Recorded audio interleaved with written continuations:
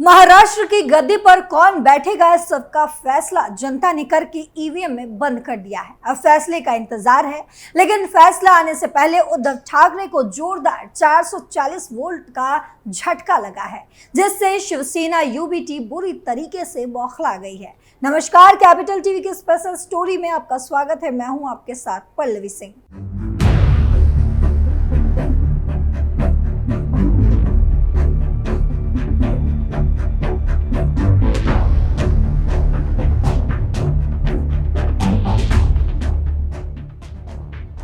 महाराष्ट्र चुनाव में महाविकास अघाड़ी के दल साथ मिलकर लड़ने की बात तो कर रहे हैं, लेकिन उनके बीच शुरू से ही टकराव रहा है।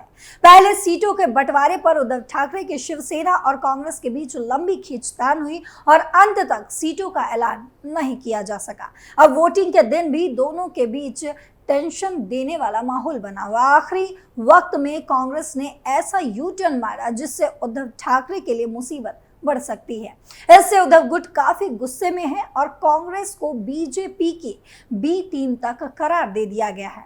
वहीं महाराष्ट्र की कई सीटें ऐसी है जहां उद्धव गुट और कांग्रेस के कैंडिडेट के बीच फ्रेंडली फाइट होती दिख रही है, लेकिन सबसे दिलचस्प मुकाबला सोलापुर और रामटेक जैसी विधानसभा सीटों पर है। वैसे तो महाविकास अघाड़ी में यह सीट उद्धव ठाकरे की शिवसेना के पास गई है। कांग्रेस को उनका समर्थन करना चाहिए, लेकिन आखिरी वक्त पर देखने को मिला कि कांग्रेस ने उद्धव गुट की शिवसेना के बजाय वहां खड़े निर्दलीय उम्मीदवारों के पक्ष में समर्थन जुटाने में लगी हुई है। इससे पूरी संभावना है कि उद्धव गुट के कैंडिडेट को इसका नुकसान उठाना पड़ सकता है। कांग्रेसी कर रहे निर्दलीय का प्रचार। रामटेक सीट से उद्धव गुट ने विशाल बार बेटे को टिकट दिया है, लेकिन यहां पर कांग्रेस के दिग्गज नेता राजेंद्र मूलक ने बगावत कर दी और निर्दलीय पर्चा भी भर दिया। ऐसे में कांग्रेस ने उद्धव गुट के कैंडिडेट की बजाय राजेंद्र मूलक का समर्थन कर दिया। उनके सांसद से लेकर तमाम नेता मूलक का प्रचार करते हुए नजर आए। आखिरी दिन भी वे साथ खड़े दिखे। इसी तरह सोलापुर साउथ सीट पर कांग्रेस की सांसद परिणीति शिंदे और पूर्व गृह मंत्री सुशील कुमार शिंदे निर्दलीय उम्मीदवार धर्मराज कड़ारी का प्रचार करते हुए दिखे, उनके लिए समर्थन मांगते दिखे। यहाँ भी उन्होंने उद्धव गुट के कैंडिडेट के लिए मुश्किलें खड़ी कर दी। शिंदे ने तो यहाँ तक कहा कि कड़ारी को कांग्रेस का आधिकारिक समर्थन मिला हुआ है। उद्धव गुट की सीधी चेतावनी। उद्धव ठाकरे गुट ने भी इस पर कड़ी प्रतिक्रिया दी है। उन्होंने कांग्रेस को बीजेपी की बी टीम तक बता दिया। उद्धव गुट के नेता शरद कोली ने कहा कि परिणीति शिंदे, सुशील कुमार शिंदे कौन लोग हैं? ये बीजेपी की बी टीम है, बीजेपी को प्रमोट करते हैं। अंदर खाने इन्होंने बीजेपी से हाथ मिला लिया है। शिंदे परिवार को चुनौती देते हुए उद्धव गुट ने कहा कि आपका आखिरी चुनाव है। शिवसेना ये ठान कर बैठी है कि आपको कहीं से भी सांसद नहीं बनने देंगे, क्योंकि आपने शिव सैनिकों की गर्दन काटने की कोशिश की है। कांग्रेस सावधान रहे। वैसे इस बार के महाराष्ट्र चुनाव नतीजे बहुत कुछ डिसाइड करने वाले हैं। रियल शिवसेना पर लगेगी मुहर। महाराष्ट्र में कभी हिंदू हृदय सम्राट के रूप में राज ठाकरे वाले बाला साहब ठाकरे का नाम जलवा के रूप में भारत में देखा जाता था। अब उनकी विरासत का सवाल है। प्रदेश के वर्तमान सीएम एकनाथ शिंदे बाला साहब के अनन्य भक्त और सहयोगी रहे हैं। उद्धव ठाकरे के साथ भी उन्होंने अपनी पार्टी भक्ति को उसी तरह दिखाया जिस तरह बाला साहब के साथ थे। पर पार्टी के अंदरूनी राजनीति और उद्धव ठाकरे के व्यवहार और भारतीय जनता पार्टी की जोड़ तोड़ की राजनीति के चलते शिवसेना दो भागों में बंट गई। आधे अधिक लोग शिवसेना गुट शिंदे गुट के साथ आ गए, तो वहीं उद्धव ठाकरे के पास ना मूल पार्टी रही और ना ही चुनाव चिन्ह। बीजेपी ने आगे बढ़कर एकनाथ शिंदे को प्रदेश का सीएम बना दिया। आम लोगों और कार्यकर्ताओं के नजदीक होने का लाभ शिंदे को मिला। लोकसभा चुनावों में जीत की स्ट्राइक रेट उनकी उद्धव सेना के मुकाबले बेहतर रही। अब सवाल उठता है कि क्या विधानसभा चुनावों में भी शिंदे सेना को उद्धव सेना पर बढ़त हासिल होगी? यह चुनाव शिवसेना के लिए निर्णायक होने वाला है। अगर एक बार फिर उद्धव सेना को महाराष्ट्र में मात मिलती है तो ये उनके लिए और उनकी पार्टी के लिए घातक साबित होगा। एकनाथ शिंदे अगर बढ़िया प्रदर्शन करते हैं और हंग असेंबली बनती है तो बहुत मुमकिन है कि एक बार फिर प्रदेश का मुख्यमंत्री पद उन्हें ही मिलेगा। रियल एनसीपी कौन? महाराष्ट्र की राजनीति के चाणक्य माने जाने वाले शरद पवार की राजनीति की शायद ये अंतिम पारी हो।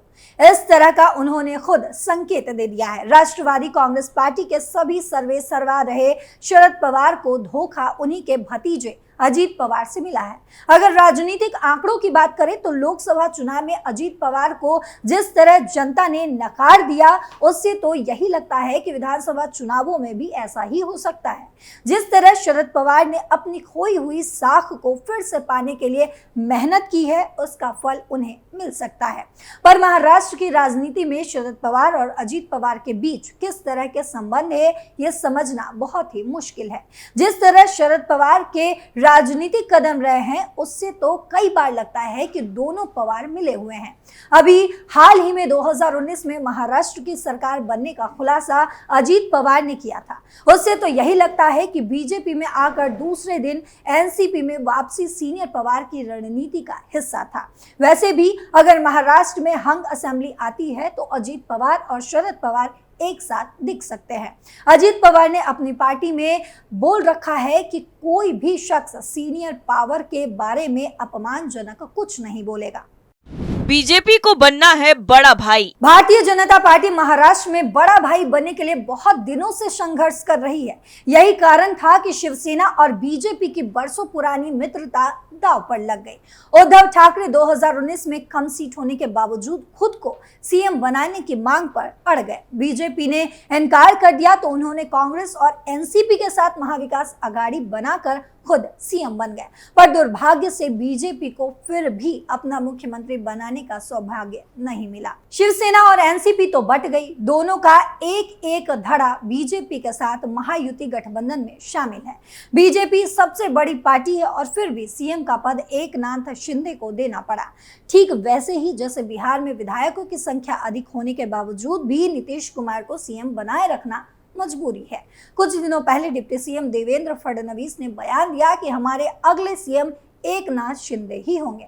पर अभी इसी हफ्ते गृह मंत्री अमित शाह ने संकेत दिए हैं कि महाराष्ट्र का सीएम कौन होगा अभी ये तय नहीं हुआ है। अगर बीजेपी को पर्याप्त बहुमत मिल जाता है तो जाहिर है कि सरकार में सीएम बीजेपी का ही होगा।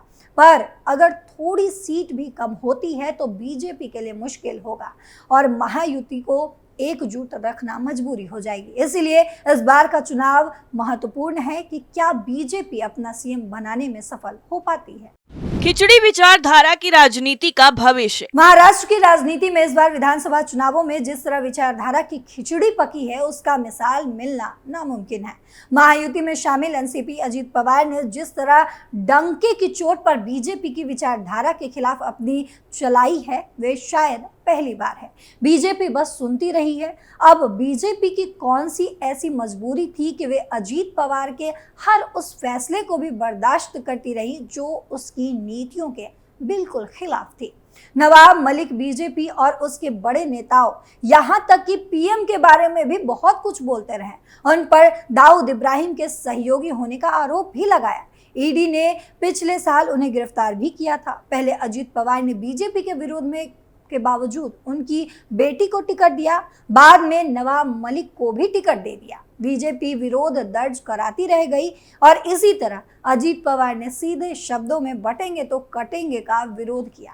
यहाँ तक कि अजीत पवार ने बीजेपी के बड़े नेताओं की सभा भी अपने कैंडिडेट के लिए नहीं कराई, हालांकि पीएम मोदी का आशीर्वाद लेते रहे। इसी तरह महाविकास आघाड़ी में भी विचारधारा की खिचड़ी खूब पकी है। शिवसेना यूबीटी और कांग्रेस एनसीपी का गठबंधन ही बेमेल था। अब जनता के वोट से ये तय होगा कि देश में ये खिचड़ी राजनीति का क्या भविष्य है।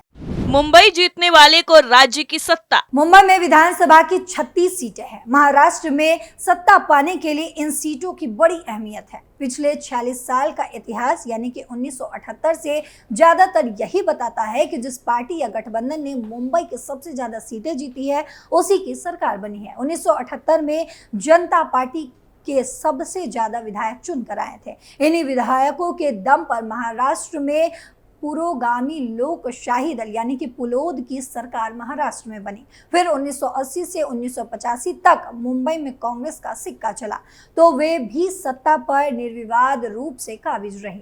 90 के दशक में शिवसेना बीजेपी के गठबंधन ने कांग्रेस को चुनौती दी और मुंबई पर कब्जा करना शुरू किया। 5 साल के भीतर 1995 में जब शिवसेना बीजेपी को महाराष्ट्र की सत्ता मिली तब मुंबई की ज्यादातर सीटों पर उनका ही कब्जा था। 2014 में बदले समीकरण। 1999 में भी मुंबई पर शिवसेना बीजेपी का ही वर्चस्व था। 2004 और 2009 में जब राज्य में कांग्रेस एनसीपी सरकार तब बनी जब मुंबई में कांग्रेस को सफलता मिली। 2014 में जब बीजेपी अपने दम पर अकेले चुनाव लड़ी तब उसने मुंबई की सबसे ज्यादा सीटें जीती और सत्ता पर भी काबिज हुई। 2019 का इतिहास भी इस बात का गवाह है कि मुंबई की सर्वाधिक सीटें जीतकर बीजेपी शिवसेना राज्य की सत्ता के पहले हकदार बने थे, लेकिन दोनों के रास्ते अलग होने से सत्ता हाथ से निकल गई। महाराष्ट्र विधानसभा चुनाव 2024 का हाल। इस बार भी मुंबई की 36 सीटों के लिए उद्धव गुट और कांग्रेस मिलकर बीजेपी और शिवसेना गुट को जबरदस्त टक्कर दे रहे हैं। बीजेपी और शिंदे गुट भी सत्ता पर कब्जा बरकरार रखने के लिए मुंबई की सीटों पर ज्यादा जोर लगा रहे हैं। उद्धव गुट का सारा दारोमदार अपने सघन संगठित ढांचे पर है, वहीं शिंदे गुट उद्धव गुट से टूटकर आने वाले पूर्व विधायकों, नगर सेवकों और पदाधिकारियों पर निर्भर है। हाल में हुए लोकसभा चुनाव में मुंबई की 6 सीटें में से उद्धव गुट को 3 और शिंदे को 1 सीट मिली थी। शिंदे के उम्मीदवार के रूप में रविंद्र वायकर जीते हैं, वे भी सिर्फ 48 वोट से। इससे एक बात तो साफ हो गई थी कि मुंबई और शिवसेना मुंबई में उद्धव को ज्यादा नुकसान पहुंचाने की स्थिति में नहीं है। वैसे भी लोकसभा चुनाव में मुंबई के 36 विधानसभा क्षेत्रों में से महाविकास अघाड़ी ने 19 विधानसभा सीटों पर, महायुति ने 17 सीट पर बढ़त हासिल की। अब देखना होगा कि विधानसभा चुनाव में कौन बाजी मारता है। स्पेशल स्टोरी में फिलहाल के लिए इतना ही। बाकी खबरों के लिए देखते रहिए कैपिटल टीवी। नमस्कार।